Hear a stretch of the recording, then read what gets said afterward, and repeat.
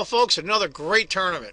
The 2015 Trade-Wise Gibraltar Chess Festival being played in Gibraltar.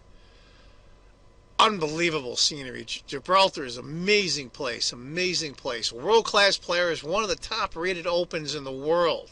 Karl Nakamura, Topalov, ex-world champion, Huey Fan, you name it, they're there. Oh, a whole lot of English players, you name it, they're all over the world. And they all come here to Gibraltar once a year for the Gibraltar Chess Festival 2015. From January 26th to February 15th, 2015. Don't miss any of these great games. Hi folks, John Cordisco back again. Another game from the Gibraltar Chess Festival. This is the Masters section, round 2. Between Richard Rapport from Hungary, an exciting player, over 2,700, world-class player.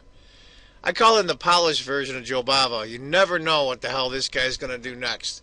And his opponent is Aryan Tari. I'm not familiar with the player for black, but they're about a 250 point odd rating difference. Rapport is much higher rated. You'll see this in the big open tournaments, but you see these guys don't play in much. That's why this is kind of exciting. They get to play players they don't normally play, and the lower end players get a chance to beat the world class players. Kind of cool. Anyway, let's get to it. This is going to be a game, not to give it away, but when you make a mistake, how quickly it can collapse. And we're going to see here. This looks like a Trompowsky, but it's ended up being a Tori system, Tori attack.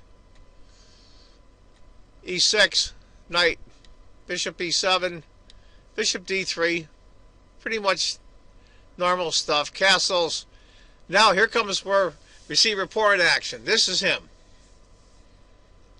Try to figure out the move he's going to make next. The computer likes castle, queen to C2, or bishop takes F6. And of course, it's Richard Rapport. A4. B6. Queen to B1.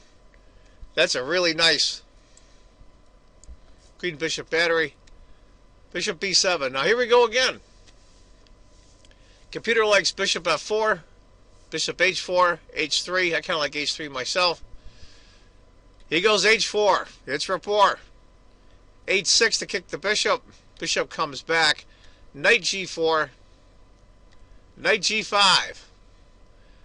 Now, believe it or not, that knight to G5 only gives black a third of a pawn advantage.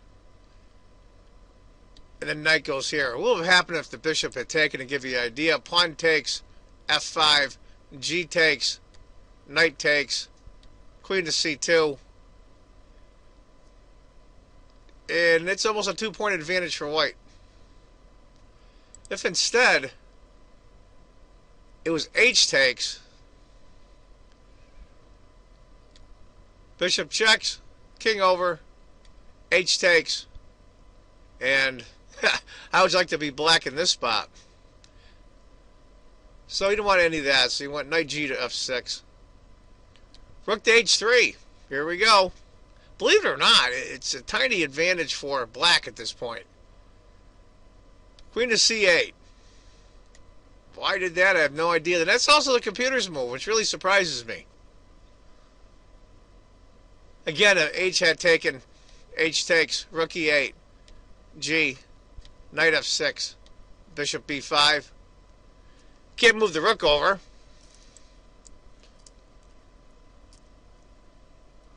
Because queen here mates. Well, not right away, but you get the idea. Maybe the king can come up. The queen can come over. There's no way to guard it. After queen to C8, knight. And this is where I think the pressure gets to these guys. You're under a lot of pressure, really on move 14, and you feel the pressure already with that knight on G5 and that pawn on H4. And goes, he took the knight. Pawn takes. Knight to E4. And it's starting to accumulate up a little bit for white. It's about a 1.5 advantage. Now it's almost 3-point advantage. Bishop takes, D takes. King to D2. And the points are just climbing up. 7.5 point advantage now. How is black going to escape this? How is black's going to have to move the rook? Got to move the king twice to block with the bishop or the knight. It just can't make it. It's not enough time. So it goes g6, queen h1, f6. It's already over. Rook to h7, and this is where our young Tari resigns. To give you an idea, after pawn takes, queen h6, queen has to take, lose your queen, pawn takes check, bishop takes, e takes, queen mates. You can't get out of the mate. And just like that, one simple error and the whole thing collapses on you. Chess, as I always say, is the greatest game in the world. It's also the cruelest game in the world. Well, there's one game, folks. Kind of exciting there.